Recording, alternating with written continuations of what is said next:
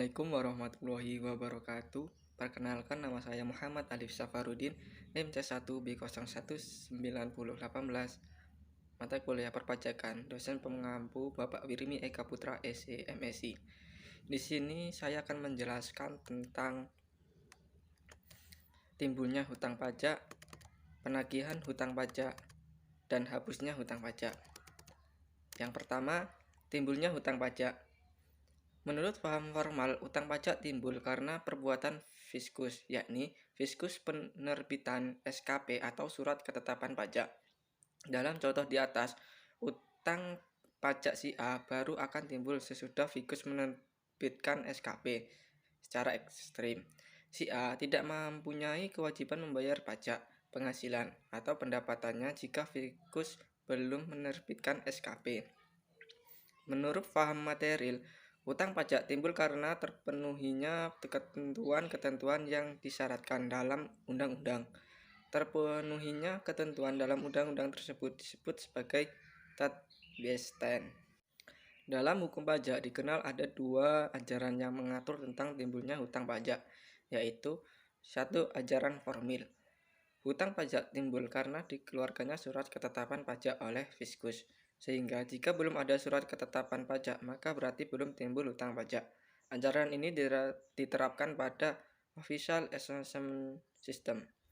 Yang kedua, ajaran material.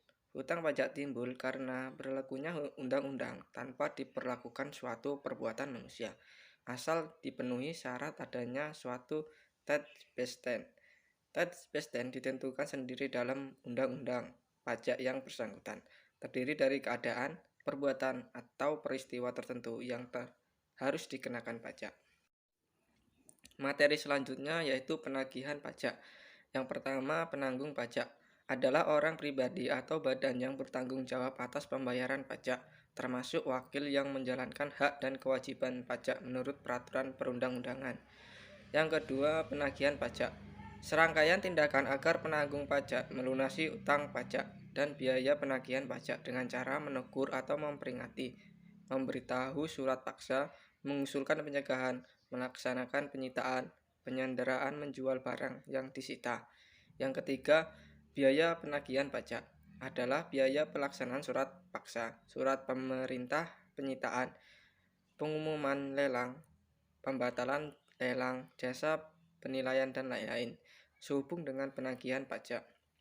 Yang keempat, surat paksa adalah surat perintah membayar utang pajak dan biaya penagihan pajak dan memiliki kekuatan eksekutorial dan kedudukannya sama dengan putusan hakim pengadilan yang punya kekuatan hukum tetap.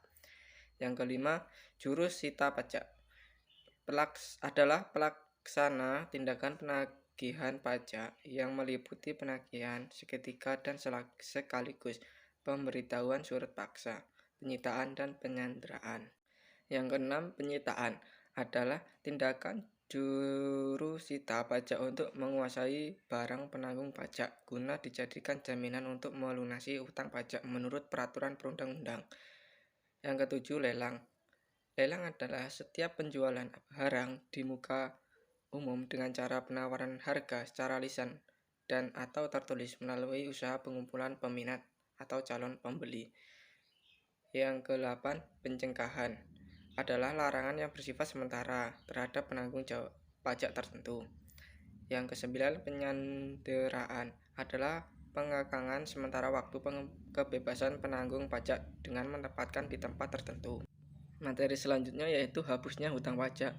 Yang pertama, pembayaran. Hutang pajak akan dihapus apabila wajib pajak telah membayar hutang pajaknya. Yang kedua, kompensasi atau restitusi. Hutang pajak dapat hapus apabila telah dilakukan kompensasi pembayaran antara kelebihan pembayaran pajak tahun sebelumnya dengan hutang pajak.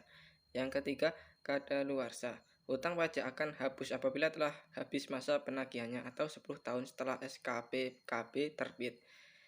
Yang keempat, pembebasan dan penghapusan. Wajib pajak yang menunggak pajak setelah dilakukan penelitian telah meninggal atau pailit dan tidak memiliki ahli waris dapat diusulkan untuk hapusnya hutang pajaknya atau yang bersangkutan mengajukan keberatan pajak ke Mahkamah Pengadilan pajak tentang besarnya pajak hutang yang harus dibayar.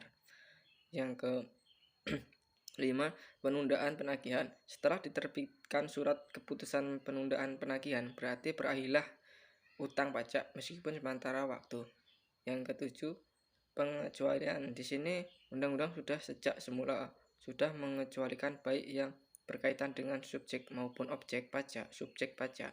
PPh yang dikecualian sesuai dengan Undang-Undang Nomor 17 Tahun 2000. Terima kasih sudah menonton video saya. Mohon maaf apabila ada kata-kata yang salah, materi yang belum disampaikan dengan benar. Mohon maaf. Saya akhiri. Wassalamualaikum warahmatullahi wabarakatuh.